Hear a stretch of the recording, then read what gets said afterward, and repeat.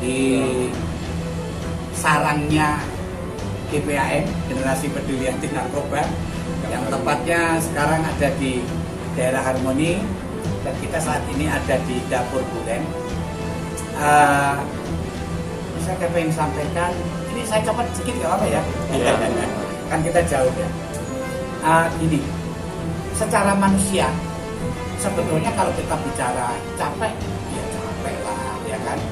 Tapi karena kita memang komit dan punya tanggung jawab moral bahwa kita GPAN sampai kapanpun sesuai dengan slogan kita mencari, menyelamatkan, mengajak dan menemukan siapapun para penyalahguna atau korban narkoba ataupun narkotika itu untuk direhab, ya kan? Karena komitmen kita itu, oleh karena sampai kapanpun tetap di setiap momen di mana barangkali bukan hanya teman-teman selebriti ya atau artis, namun siapapun yang barangkali memang kedapatan diselamatkan oleh polisi, kita pasti akan berkomentar.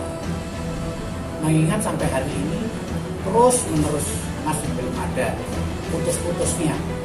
Padahal di terakhir kita ketemu pada saat Pak Siswandi dengan para anak buahnya, diantaranya Mas Tesi, saya sendiri, ada Mas Roy Martin dan yang lain-lain. Terakhir itu Pak Siswandi sudah mengisyaratkan sesuai dengan inisial-inisial, ya. Dan ternyata benar masih ada lagi yang saat ini tertangkap, siapa?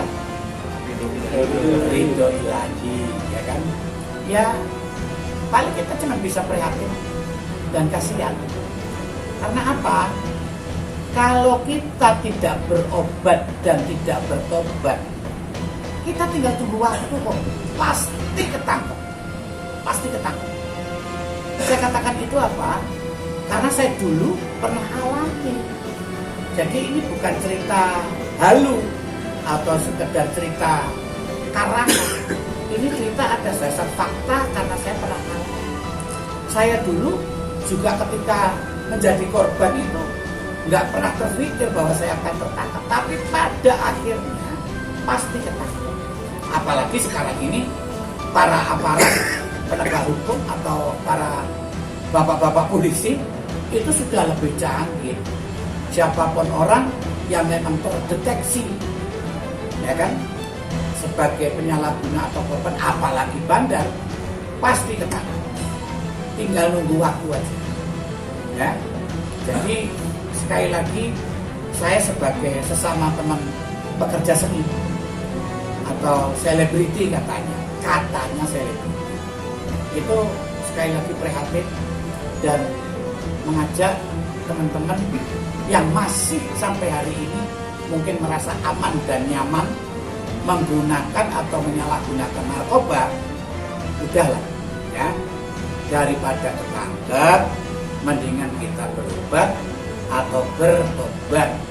Karena kalau sudah ketangkep urusannya pasti panjang, yang jadi korban bukan hanya si pelaku atau si penyalahguna, tapi banyak orang termasuk keluarga atau orang-orang yang kita cintai. Yang untung siapa? Bandar Dian, ya kan? Yang untung itu tegak. Karena kita sebetulnya tidak pernah melawan para penyalahguna. Penyalahguna itu korban, ya kan?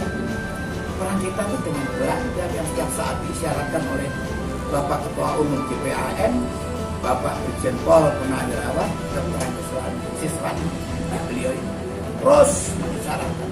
Tapi ya sampai hari ini susah untuk berkesudahan.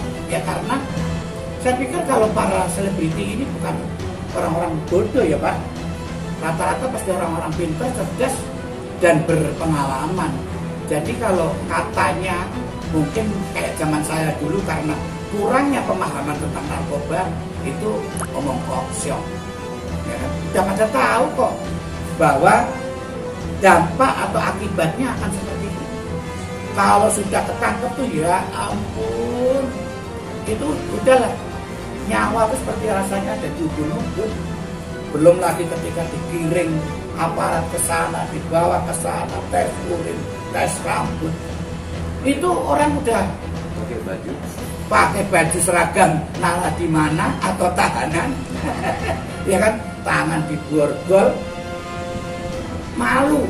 Oleh karena saya katakan yang jadi korban bukan hanya si pelaku atas penyalahgunaan, tapi keluarga besar atau orang yang mencintai kita, orang tua, anak, istri, sahabat, teman, semua ikut malu melihat orang pakai seragam orange, terus tangan diborgol, ya kan, muka ditutupin udah kayak apa coba, ya kan? Oke, dari saya itu aja. Sekali lagi, ayo teman-teman yang masih menggunakan, udahlah, bertobat dan berobat. Hanya itu cara kita bisa menyelamatkan diri. Kemudian direhabilitasi. Kalau nggak tahu caranya, mungkin bisa bergabung di Generasi Peduli Anti Narkoba untuk mendapatkan pengarahan atau arahan langsung dari Bapak Ketua Umum GPAN. Dan jangan lupa, direhabilitasi itu gratis. Ya, gratis sekali lagi. Itu dari saya. Terima kasih. Kayaknya kalau kita bicara masalah narkoba, balik-balik kenapa sih artis yang selalu jadi omongan, selalu booming, ya, saya banyak dari masukan. Ya. Karena masa iya sering setiap ada artis kepegang, pasti kita ketemunya di sini ngomongin mereka yang tertangkap, ya kan? Jadi itu aja sih, masa iya sih nggak lihat TV, nggak dengar dan sebagainya, kan lucu sebenarnya. Kita mau ngomong apa lagi sekarang? Kita udah ngajak, ayo kita selesai, tutup dulu, jangan pakai narkoba. Tapi kenyataannya masih mati. Terus bagaimana kita harus ngomong? Gitu. Iya kan? Sekarang kayak 0, berapa hukumannya berat. Kemarin 40 kilo ya? 42 kilo cuma 2 tahun. Itu penegak hukumnya di mana itu? Tolonglah tidak diulangi lagi lah, dibicarakan lagi lah, diluruskan. Masa 42 kilo cuma 2 tahun, selama 10 dulu 0,4 ya? 0,4 2 tahun, hebat 50-nya. Dihukum kok hebat. Nah, iya, kalau dibandingkan sama 42 tahun, 42 kilo kan nggak lucu gitu loh. Nah, itu aja saya ngomong, sudah selesai, jangan pakai narkoba lagi lah. Terima kasih. GPAN, Generasi Peduli Anti Narkoba, kita tidak pelaku represi. Kita pelaku adalah pemberdayaan,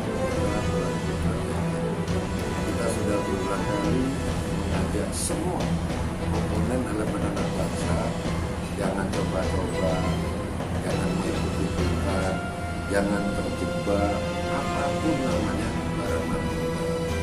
Anda akan sengsara dunia dan akhirat, itu udah bisa katakan. Ini udah sekian kalinya ini saya keluarin waktu itu di salah satunya. Dan sekarang katakan, ini masih ada lagi.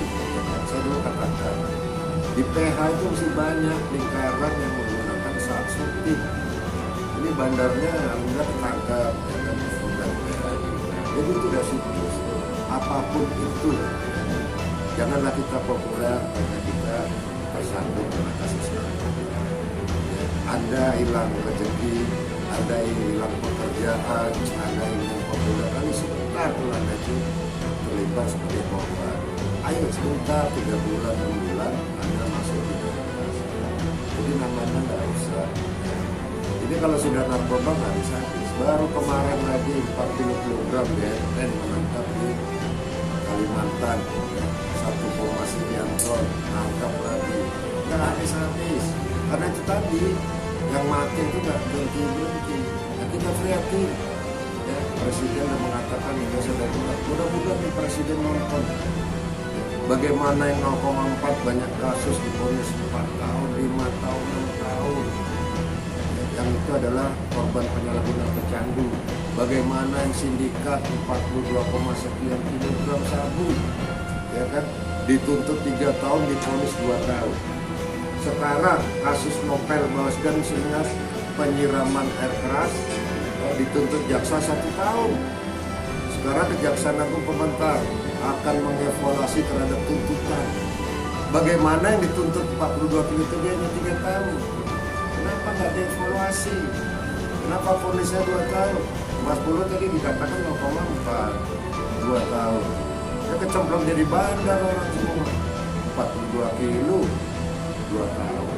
0, sekian, 5 tahun. Ini kebalik-kebalik. Harus ada pembenahan di level aparat penegak hukum. Mau dari penyidikan, itu BNN maupun di narkoba Barreskrim, mau dari penuntutan itu jaksa, mau dari polis itu hakim. Harus sinergis kalau mau Indonesia itu bersih narkoba. Semboyan Indonesia bebas narkoba sekarang kejadian salah semboyan. Nggak ada Indonesia bebas narkoba. Bebas di mana-mana. Ya mutu itu diubah. Ya. Indonesia bersih narkoba. Sekarang fenomena di mana-mana kalimat Indonesia bebas narkoba itu mungkin mana? Itu yang salah kaprah. Bebas pakai di mana-mana. Bebas di KPRD. Itu dari kami, mudah-mudahan ini saya udah berulang kali, ini yang terakhir, walaupun saya tahu ini tidak akan berakhir, ya. Tapi harapan saya ini yang terakhir. Kita harus merasa optimis. Apalagi bangsa Indonesia sekarang, rakyat kita sedang menghadapi corona, janganlah kita populer dengan PH ini kan yang mengawasi acara dia. Dia tidak mau kehilangan daripada pendukung selebritinya. Tapi sayangnya kenapa dia menyuplai, kenapa dia tidak melarang, itu kan salah kaprah. Apakah nanti itu public figure yang mengawaki itu supaya nggak lari kemana-mana, karena sudah ada disediakan di situ ya kan? Mungkin Pak, mungkin rezekinya kurang, ya kan? Dari hasil dia produksi sesuatu sebagai PH mungkin kurang, ya kan? Makanya disambi jualan narkoba, ya kan? Nah ini kan udah nggak jelas. Nah kalau sekarang istilahnya artis udah nggak susah-susah cari di mana-mana, tapi malah PH-nya yang menyediakan, ya ini terus gimana? Saya sudah pernah mengatakan jauh-jauh, masih ada di lapangan itu syuting menggunakan narkoba. Ada PH yang berbeda. Coba lihat, saya pernah ngomong. Saya rasa perlu ya, tes urin itu di mana-mana sudah, tapi di tempat syuting kan. Dan saya minta dengan aparat kalau ada PH yang terlibat jangan dikasih lagi sebenarnya. Kalau nanti dicontoh PH-PH lain. Oke, inisialnya nanti lah, resmi dari penyidik. Kita hanya mengembalikan kasusnya. Itu adalah PH. Nanti penyidik pengembangan. Kalau sudah ketangkap di Bandung, sama di Jakarta, mungkin bisa ada lagi di atas. Kita tunggu dari aparat penyidik yang lengkap. Kira-kira ada akan lagi nggak sih? Oh, masih ada. Inisial 65. 4 lagi waktu dekat ini. Saya udah katakan. Ya, saya harapkan berhenti. Tapi kalau begini terus berjilid, nggak sebulan lagi. Mereka ini nonton, kalau saya ngomong bentar lagi mereka itu akan telepon saya. Siapa mas? Kalau nggak merasa ngapain takut? Ya, karena kita juga banyak kenalan di public figure juga. Bagaimana seorang itu yang sudah diamankan polisi dan tertangkap aparat itu sebagai korban dan penyalahgunaan narkoba. Lihat dulu hasil pemeriksaannya, dia mengkonsumsi bagi dirinya sendiri, barang buktinya di bawah surat edaran Mahkamah Agung, tes urinnya positif. Kita lihat itu harus di assessment.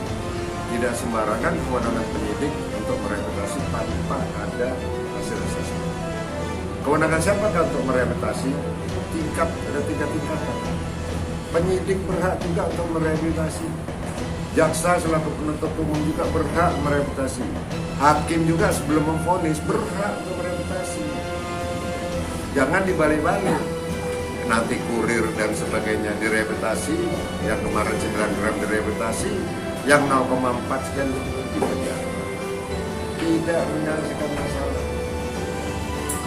Ini yang kita harapkan semua aparat penegak hukum bersatulah plan. Ya. Bagaimana solusinya menegakkan hukum terhadap sindikat, terhadap kurir, terhadap penyalahgunaan dan lain-lain. Semua sudah ada aturannya. Ya. penyalahguna dan pencandu narkotika yang melaporkan diri kepada institusi penerima wajib lapor tidak dituntut pidana. Korban penyalahguna pencandu narkotika wajib direhabilitasi. Ikutin aturannya. Surat edaran Mahkamah Agung ada. Apabila barang bukti di bawah surat edaran Mahkamah Agung itu korban ini direhabilitasi. Ya, kalau ekstasi mungkin 8 gram di bawahnya. Ya, kalau sabu mungkin di bawah 1 gram dan sebagainya. Sudah jelas aturan ini. Nah, bagaimana kalau sudah edaran Mahkamah Agung tidak dipatuhi, tidak dilaksanakan sama hakim? Bagaimana 42 kilo vonisnya 2 tahun, yang 0,4 0,5 ya bagus jadi bandar aja. 42 kilo itu hampir 60 miliar.